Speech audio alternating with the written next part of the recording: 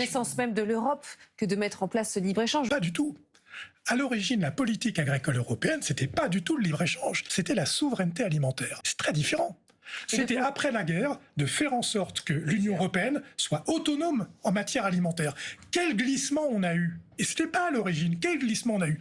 On a considéré que pour être dominant, pour être puissant, il fallait encourager le libre-échange. Et donc évidemment, quand vous dites on veut vendre le plus possible nos produits à l'export, et pas seulement nos bons vins de Bordeaux ou de Bourgogne, de façon plus massive, les endroits du monde à qui vous voulez exporter, on a dû accepter, tolérer qu'il y ait une contrepartie. Ça ne marche pas de dire on ferme d'un côté et on ouvre de l'autre.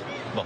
Donc notre économie, notre agriculture, c'est d'ailleurs une de ses fiertés, elle est exportatrice. Et c'est là que le nœud se serre autour du coût des producteurs. En fait, on a mis en place un système où la valeur ajoutée de l'alimentation de l'agriculture ne va plus aux agriculteurs.